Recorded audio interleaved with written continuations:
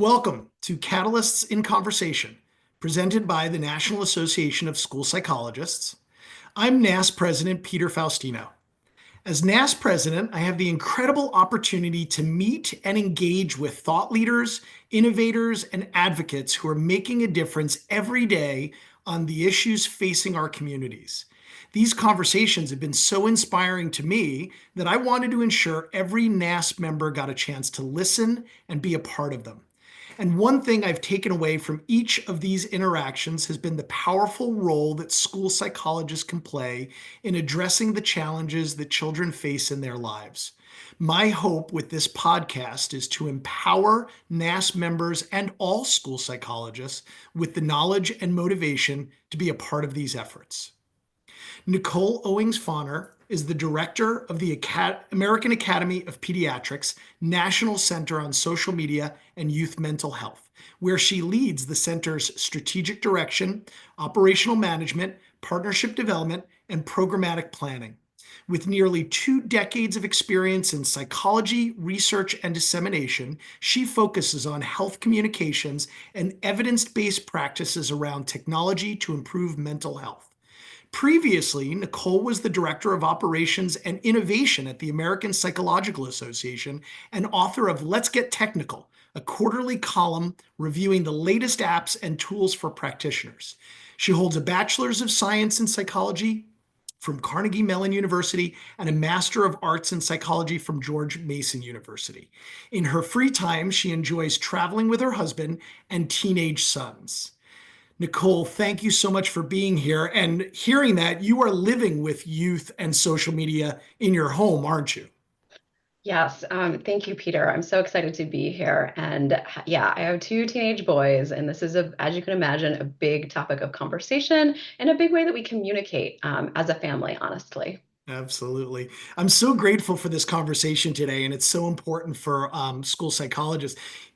I thought about something just a minute ago. I'm hoping I can start with that's kind of funny. I was on the phone with my father earlier today, and something he said just gave me this flashback to my youth. He would yell, turn off the TV and read a book, or turn off the TV and go outside. You know that thing is going to rot your brain. And I started to feel like much of the discourse at this moment really sounds exactly like that. And I may have even repeated those phrases to my own teen daughters recently, which is why I'm so grateful that we're talking about this today, because there actually is a place to turn for science and research on this topic. So maybe we could start with the basics, right? Tell the listeners about the Center for Excellence on Social Media and Youth Mental Health and all of the great work that you're doing with the American Academy of Pediatrics. Sure, I would love to. And I think you're right. I want to address the first part of what you said. In talking about in thinking about how we message this and talk about this with youth, we found so many examples like the ones you just listed of times when there's a generational divide or there's some new technology. People had the same suspicions about typewriters, about jazz music, things Seriously. that now, it just seems so commonplace in our life, but the same types of conversations were happening. Yeah, I'd love to tell you a little bit more about the center. So, our Center of Excellence on Social Media and Youth Mental Health is funded by the Substance Abuse and Mental Health Services Administration. SAMHSA, as their acronym is, they put out a call for proposals, and we were awarded a 5-year grant to stand up the Center of Excellence. We're just launching into year 3.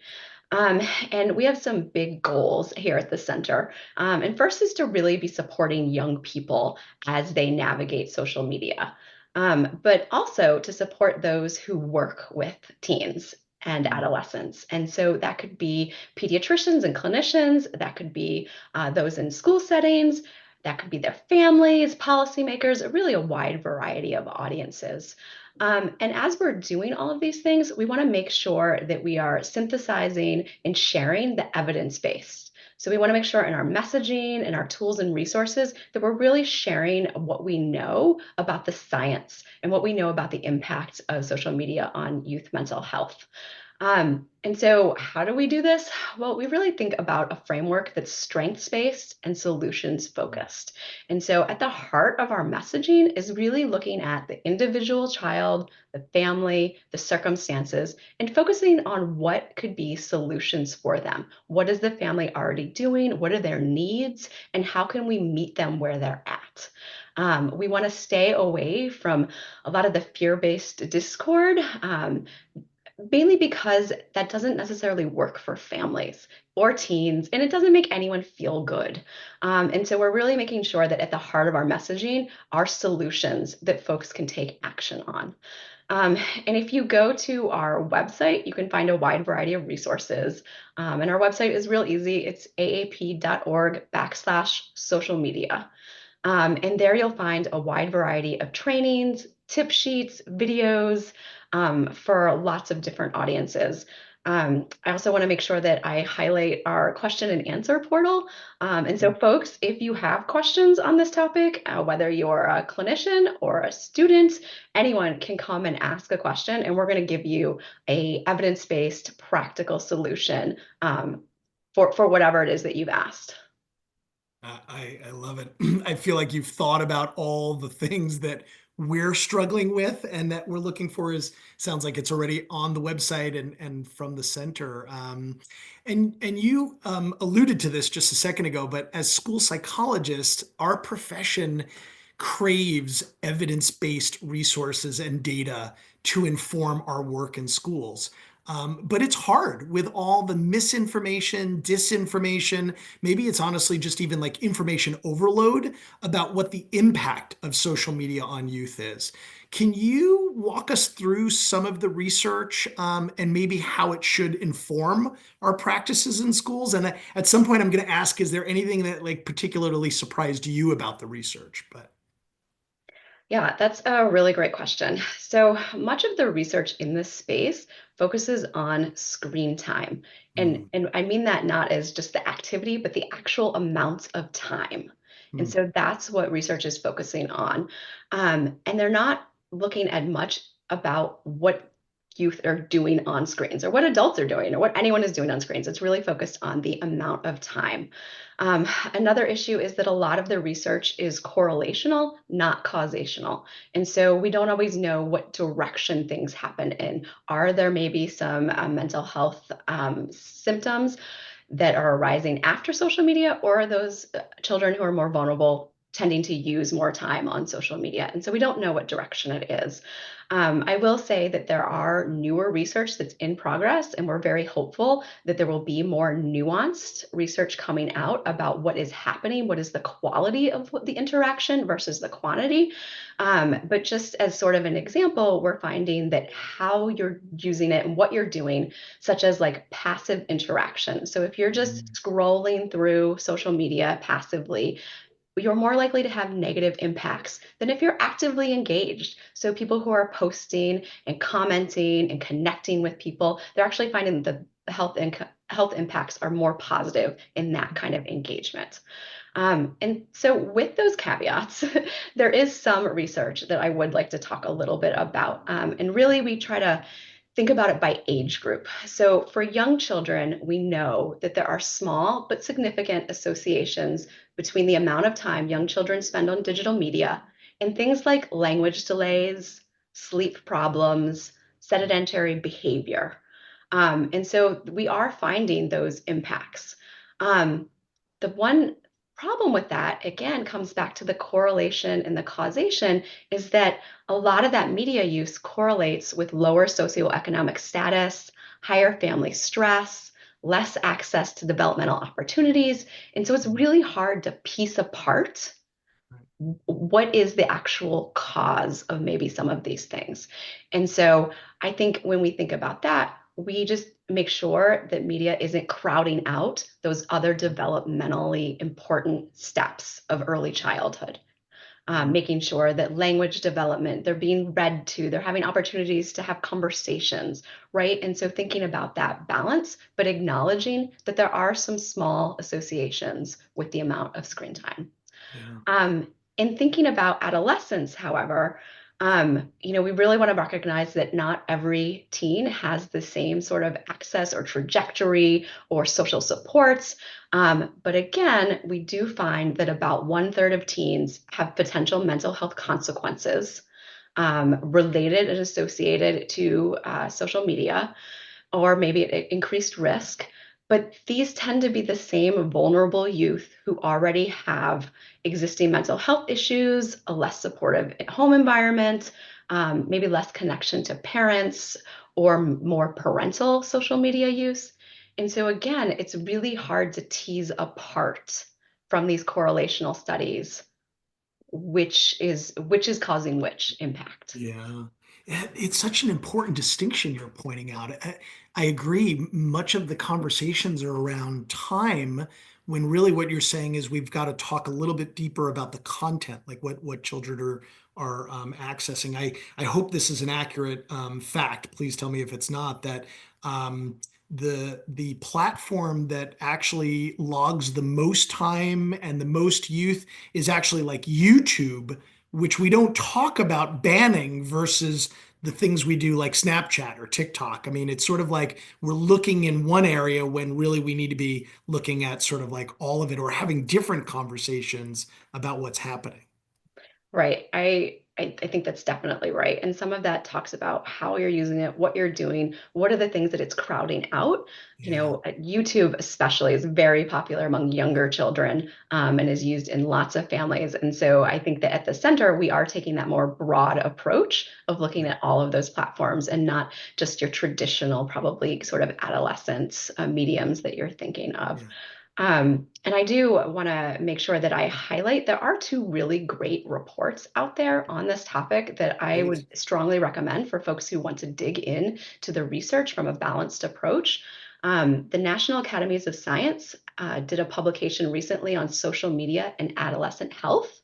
It looked at really all of the different research that's out there, and they gave their recommendations on the topic. There was also the Kids Online Health and Safety Task Force, which was an intergovernmental, interagency group of experts that came together, and they put together a task force report on safer social media and online platform use for youth. Mm. Both were put out in 2024, and again, I highly recommend those as places to dig into the research. That's terrific, Nicole. Thank you. One concern I have, and you're sort of already again referencing it, is that schools dealing with social media use among their students, they sort of want to take the easiest path and just sort of simply ban phones or ban social media. When my sense of your work is that we really have to talk more about digital literacy and be more intentional, and thus effective in sort of our implementation. How do you think schools should approach this, sort of like limiting the use of social media versus discussing the responsibility and the safety that we all play in the classroom? So I think that's another great question, and Okay. one that is being asked everywhere right Yeah. now. And so, at the center, especially as pediatricians and mental health professionals, we wouldn't presume to know what is best in the classroom, right? Like you have a lot of educational experts who know what works best in the classroom. And we feel for educators, understanding how difficult it is in these days already Thank to you. capture the Thank you. attention. To capture the attention, to deal with the mental health crisis. So, wouldn't want to make anything more challenging in that space. With that said, I do think one, it really depends on the age of the child and what's happening in the environment. And so we also wouldn't want to make broad statements that what would work in an elementary school or a middle school is going to be the same in the high school, right? And so we know from hearing from teachers, from hearing from research from the National Education Association, that it really teachers' concerns vary depending on the age. And so we know in middle schools, there's a lot of concern around bullying, cyberbullying, or in high schools, the concerns tend to focus a little bit more on distraction, right? And so I think when thinking about those policies, you want to think about those two things, the age, but also what is the school environment? What do parents want? What are teens using their phones for? what is how, if you take away those phones, what are the other supports and things that they could be using instead? And then also speaking to your question about digital literacy is yes, isn't school one of the places where we want to prepare students to be independent, functioning, knowledgeable adults? And so by not taking that time to teach them those skills and to acknowledge its positive aspects and the benefits and the things they're going to need down the line seems like really like a big hole in preparing them to be a healthy, functioning adult. And so Yeah. again, it really depends on what works for this particular school. But I think there's just a lot of different factors, and to just shut it down may be easier right now, but maybe not in the grand scheme of things. Absolutely. And it seems to me that regardless of the approach, I hear you saying the critical thing for schools is getting everybody on the same page, right? Access good research and data, have those critical conversations, right? We need to get students, staff, families, administrators to sort of all come together and make some decisions about what's healthy for youth. Do you think that I mean, I don't want to set it up as like, yes or no, right? I mean, we should engage student voices in the process, but do you think that students can fairly assess the situation when it comes to their own social media use? I mean, I know I have three teen daughters and I have to go into their room quite often and remind them, about their healthy habits over the course of the day. Where do we bring students' voice into this equation? Yeah, I would say, obviously, and you know this, that it Hmm. depends on the developmental stage of the child. Conversation you're going to have with a 10, 11, 12-year-old is not going to be the same as a 15, 16, 17-year-old. So I think that that is key. But we found from our work with our youth advisory panel that uh, they know what's going on. They know what's smart. They know what they need. They know where their emotions are during the day and what they need for social connection. And so I do think it's really important at the very baseline to ask what it is that they're doing on their phones and why they see them as necessary before implementing any sort of policy. And I think what you'll find is somewhat eye-opening to how they're using them to connect and to stay in touch, um, and for academic purposes. I know from my own kids that that's how they learn about different volunteer service opportunities. That's how they learn when track practice has been canceled or postponed or there's some change. Right. That's how they're keeping track on what's going on in the world. They care about things that are happening outside of their own school building, and to not ask them, I feel like no one wants to have some rule or policy that they don't understand or they feel like doesn't really apply to the situation they're in. And then I think there's also an emotional component that we're sort of ignoring. School Yeah. can sometimes be a little bit pressure filled, right? Hmm. And so Hmm. think about as an adult when you pull out your phone, like, are you bored? Are you upset and looking for a distraction or something to cheer you up? Teens are the same way. They're looking for the same things. And so I do think that there's a real benefit in hearing from youth. Does that mean that they're going to be able to come up with the best policies themselves that don't take their own interests into account? No, but that doesn't mean that they don't have really great contributions and thoughtful strategies and solutions for this issue.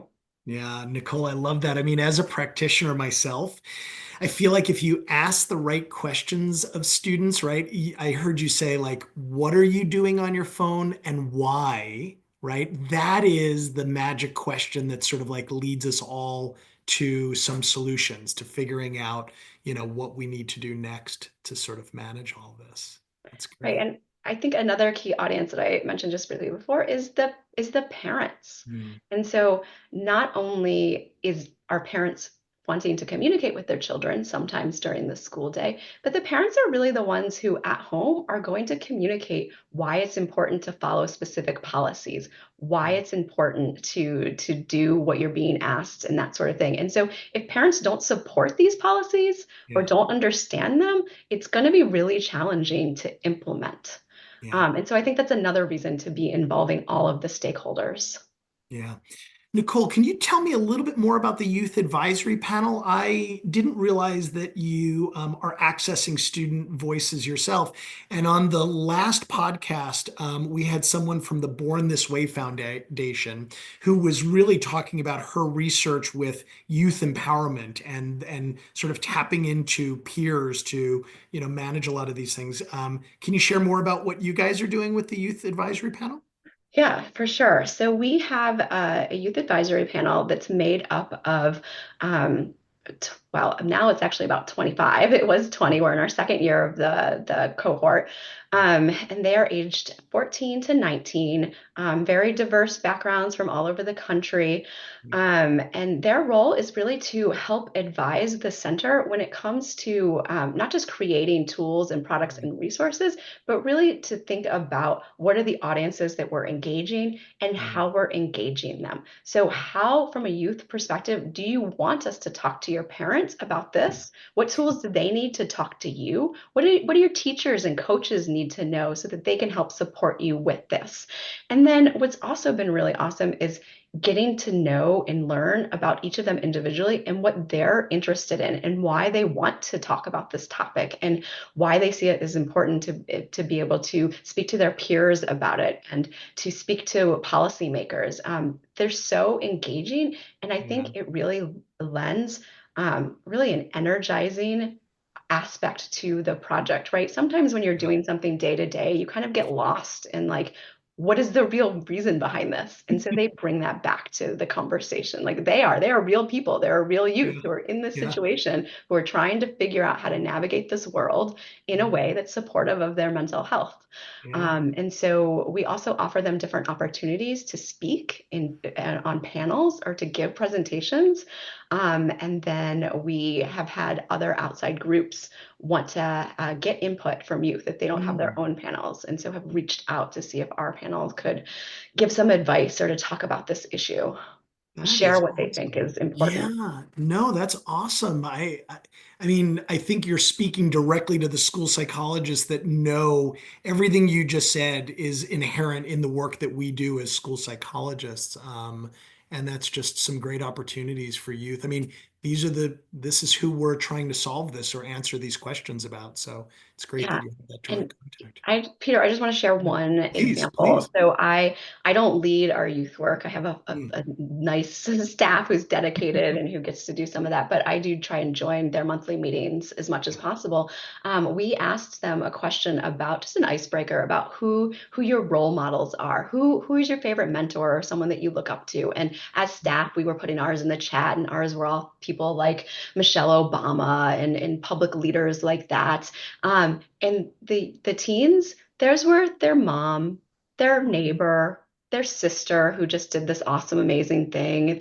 Like all of these people literally in their world that they interact with on a regular basis. And it was just so heartwarming Yeah. to hear Yeah. that's who they're looking at. And so they're looking at all of Yeah. us and all of you when they make these choices and when they make decisions about their lives and how they Yeah. spend them. As parents, it does not always feel like they are listening, but I think you're right. They absolutely are. They are, they value what we say. They really, yeah. I know in one of our earlier conversations, you and I talked about some of the information that's out there, right? Even the book, The Anxiety Generation by Jonathan Haidt, that is quite popular. And I think in part due to the way that it tries to simplify the issue and just creates, unfortunately, a little bit of fear among readers by focusing on sort of like what's bad. And I know earlier you said that the center is really looking at solution focused and strength based. You mentioned a few, but do you see other potential benefits of social media use among young people that maybe aren't being discussed, just so we can kind of bring balance to this conversation? Sure. I think sometimes we forget to focus on some of the positives when we have this conversation, Yeah, which makes yeah, sense. As parents and concerned adults, like you want to jump in to what are the possible concerns, right? What are the possible ways that you need to be helping? But teens share with us that they're using this for socialization, so connecting with friends, building their larger networks, maintaining relationships. Mainly with folks that they know in person. They're using it sort of as an emotional and stress reliever, an emotional support, doing something to distract themselves, to make themselves happy. Mm, But they're also using it in functional ways. And so planning events, engaging around assignments. mm, They're also using it as a sense of identity exploration mhm. and identity growth. So, exploring their sense of self, especially as an adolescent, getting reactions from others in ways that they're changing their identities, appearance, how they talk about themselves, finding out and exploring really who they are, and then also finding other communities and learning from those Yeah. communities in a way that they might not either have access to in person or just not be comfortable yet in person. And then finally, they're also using it to engage in civic ways. And Yeah. so finding out about uh, climate change and what they can do. They're worried about things like gun safety and Mhm. various issues like that. And having social media really gives them a wider connection to others who are interested in those topics, again, in a way that they may not be able to get in their own physical communities. Yeah. Tremendous potential, all the things you just mentioned. And I think if we balance the conversation and ask about those things, we'll sort of be able to navigate this a little bit better, and not just focus on the fear. Nicole, so much good information. I mean, when we were talking about putting this together, I was thinking about my own social media use. I mean, personally, I enjoy using it. I mean, there are times that my daughters are probably shaking their heads about what I put online.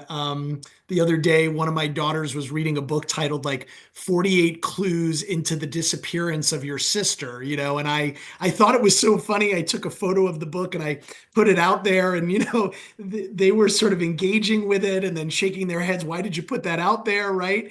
How do you, I mean, you're the expert in this area now, right? Or you're living it every day. How does the work you do impact your use of social media and what you do with it personally? Yeah, that's a good topic. It's funny. Earlier, you asked me if there's anything interesting we'd found in the research, and I know Yeah. I didn't tackle that too much, but it definitely relates to this. And I think one of the more interesting thing that's coming out of it is Mm, what is the impact of parent social media use mm, on mm. youth? And so we're starting. I know, we're all. It's a Uh, little worrisome for all of us. yes. But what I'm we're hoping nobody really takes a deep dive into mine, but go on. I'm sorry. Yeah, no. What we're finding is that there is a lot of association between parental use and some negative health income or health outcomes Mhm. for teens. And Yeah. so another area that we're going to keep focusing on is what your parent is doing and what you're doing as the Mhm. parent, and not just in the sense of sort of role modeling, but also being present, right? And so it's Mhm. not just having youth see you on your phone, but it's also how are you engaging with them if you're on the phone. And so having very similar Yeah. conversations. We really recommend a family media plan, not Yeah. a youth or child media plan, but a family media plan, so that Good. you can all talk about what's really important in your household, and that applies to the adults too. Yeah. And then I will also say the flip side of that is, though, having teenagers, I'm learning about platforms that I wouldn't have otherwise learned about. Yeah. I personally am not a big video gamer, but my sons are. And so they use a specific gaming platform and they've introduced me to it. And it is how we communicate as a family now. They're more likely to respond to that messaging system than any text message that I send them. And so, it's really following their lead and being open to it. And then I think we all have our favorite things on social media, and use it as a way to de-stress and to connect, right? And so I know for me, it's really great to be able to share with other people, to be able to keep up with people, and to just share funny parts of our day. I think it's a great way to connect, and I think that our teens want to do that with us too. And sometimes conversations that you couldn't have had as easily over the phone, they're not going to answer. Like sending them a quick meme is a great way to check in when they're at some sort of event in the evening. And so I think just the way that you're describing using your social media, we can be doing Yeah. it as a family, as Yeah. appropriate.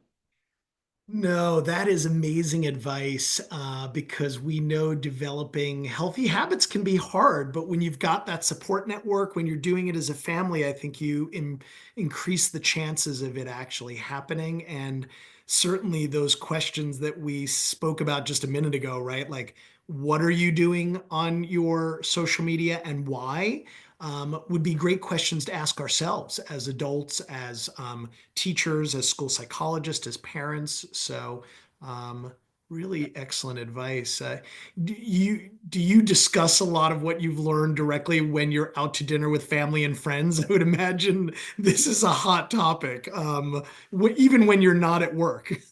Yes, yes, for sure it comes up. And I also find myself, I catch myself doing all the things that we're saying that like are important to not do, right? Yeah, yeah, And so I think there's also this recognition that we're also just people.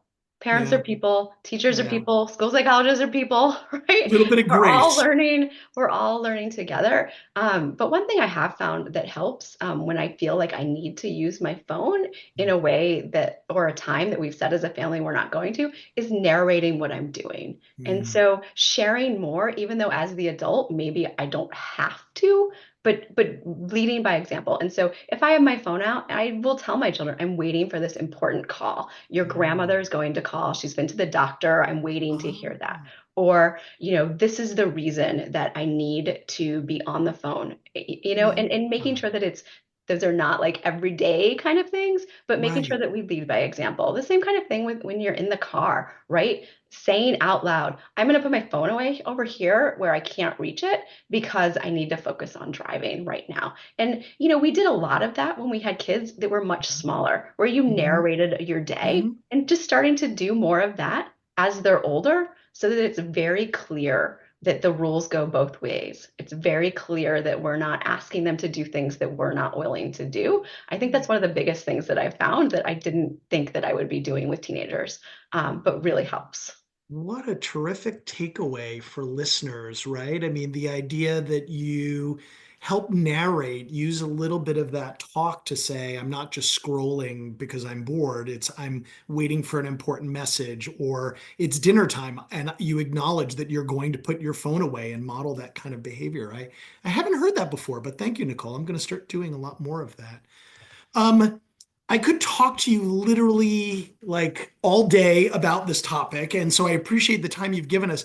Perhaps one last question, if you'll indulge me. I mean, since we are talking about mental health, sometimes I do like to ask our guests, what do you do to maintain your own mental health? I mean, mine typically tends to center around cooking. I've got some bread that is rising in the kitchen right now that I'm hoping I'm going to bake after the podcast, but I've been thinking about maybe getting back into music. What do you do for your own mental health that's not social media? Um, yes, well, when I'm not working or running teenagers everywhere that they need to be, Which is all I full-time jobs. yes, yeah. I like to be outside. So whether that's going for a hike, whether that's doing some gardening, planting some vegetables, I really find that that's the best way to center myself. And even if it's just for a few minutes, I know we've got days where things are scheduled back to back to back. If I can just get outside and make that effort for a 10-minute walk, I think that really helps me. The other thing I would say is connecting with other individuals. So whether that's a family member, a friend, just making the time to do those types of things really helps fill my cup. And then I can tackle all the other things that we've got going on that day. So much good advice in one short podcast. I cannot thank you enough. Well, thank you. I really appreciate this opportunity and I look forward to continued partnership in this space because I do think that it's a critical one. And school psychologists are certainly playing a big role in this, in the development of children and their mental health.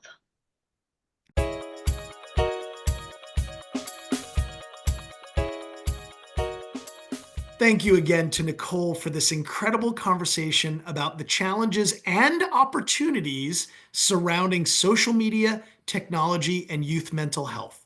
I hope that school psychologists listening to this conversation will come away with a sense of empowerment and a desire to get involved in this work. That way, we can take this conversation and put it into action. We'll be back with another episode of Catalysts in Conversation soon. Until then, I'm Peter Faustino, and thank you for listening.